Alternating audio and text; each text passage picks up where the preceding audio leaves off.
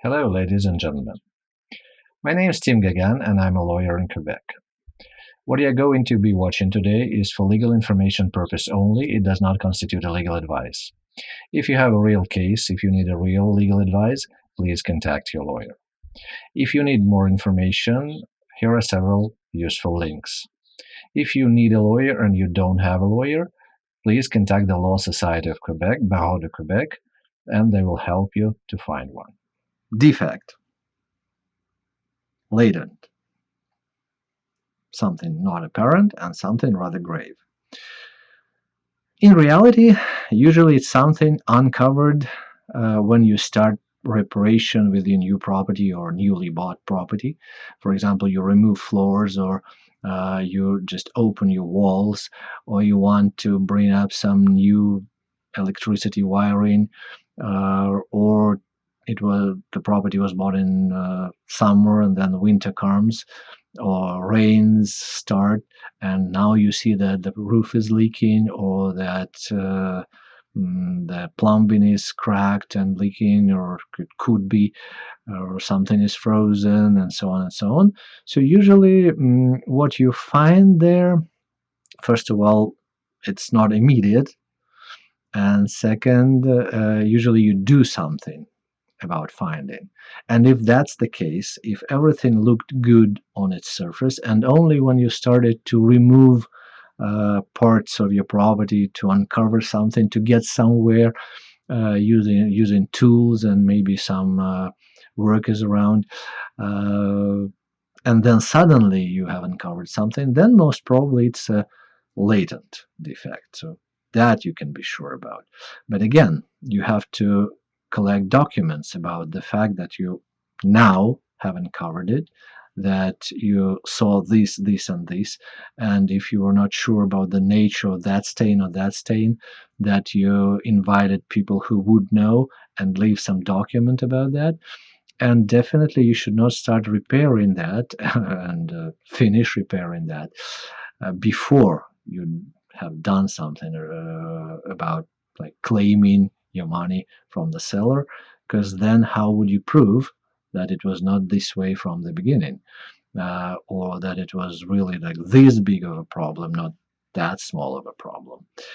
uh, so you should have been diligent from the beginning when you did your visual inspection, when you probably hired an inspector, but you have to continue to be diligent and attentive after you have purchased your removable property. You have to continue to look for defects, because the sooner you uncover, the better. The defects which gradually appeared in some time after, but they were not there at the time of purchase, they're harder to be proven to be latent defects within the meaning of the Article 1726 and following of the Civil Code of Quebec. So this is the point. If 3 years later, 4 years later, 5 years later, half a year later, you found something which might have appeared after the purchase, then again it's a gray area, and the seller's defense would be it did not exist during the purchase. It appeared after, because, well, everything degrades with time. And for example, the electric wiring was all good, but then probably because of some extensive level of raining, or because of some construction works inside, when somebody just damaged the wiring, then only it started to degrade or started to burn or do something like that. So the sooner the better, because the longer time you took to uncover the defect, the harder it is to prove that the defect existed at the time of purchase. Sometimes, again, you will need an expert to tell you, and to tell you with some sort of certainty, if this defect, to get to this kind of a situation, had to exist even before. For something, for example, should have developed for 3, 4, 5 years. But sometimes it's impossible to say so, and sometimes again, it might be something acceptable at the time, but already developing, and then because at the time it was acceptable, and later on you have become an owner, and it has become your responsibility to look after the property, and you were not diligent enough, then the blame will be on you fully or in part. Because again, the Civil Code of Quebec says that if you could do something to diminish your damage and you didn't do so, you're responsible to the extent, at least, to which you could do something about your damage. Like, for example, if you saw that somebody is going with a can of gas and matches to your wooden fence, and you saw that the gas was poured all over your fence, and the person is going for the matches, and you could stop that person, but you didn't do that, then you're equally or sort of responsible for the fence burnt, because you could have prevented the damage. In the same situation, in the same way, the situation is similar about the latent defect. So if you saw that something might be going on behind the wall, but it took you time to verify, you decided to do something else first, and then, like, through 3, 4, 2 years later, you finally opened it and saw a lot of mold there.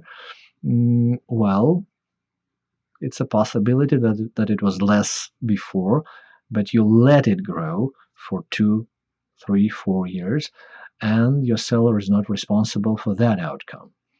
So the question would be again, was it there, and to what extent was it there at the time of the purchase? To avoid this kind of problem, again, as I said, you should be diligent enough several months after the purchase. You have to diligently look into every single possibility of a problem, just measure, open, uncover, get into, invite somebody to be sure that the actual state of the property is as you expected. And the longer it takes you to find a problem, the less the probability that you will have your compensation. Again,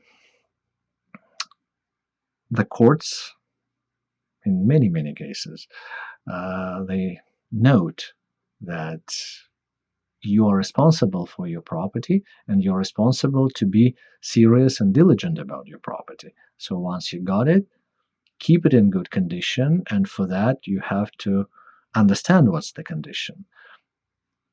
Of course, nobody is expecting you to disassemble the whole property to the very last brick, but if there is a reasonable suspicion because of the age of the building, for example, because of the season when you have bought it, because of some talks, or because of your own experience. Maybe it's not the first building you have bought, and maybe it's provable that you already encountered some problems with your previous purchases, which will be taken into account in court. Your own experience, your own understanding of construction, of those problems, of the possibility of those problems, and so on and so on. So if you did not do your best to prevent damage, then the difference between what you have done and what you should have done could be attributed as your part of the fault. I do not say it will be necessarily attributed, but it could be. And if the seller would have a good lawyer, good preparation, that question might come up. And as in our legal system, if you claim money from the seller as a buyer, then it's on you to prove that you have a good case, that your claim is valid. Then, if you don't have good proof, or if the defense of the seller is better than your proof, then you will lose the case. So you have to think in advance about all that.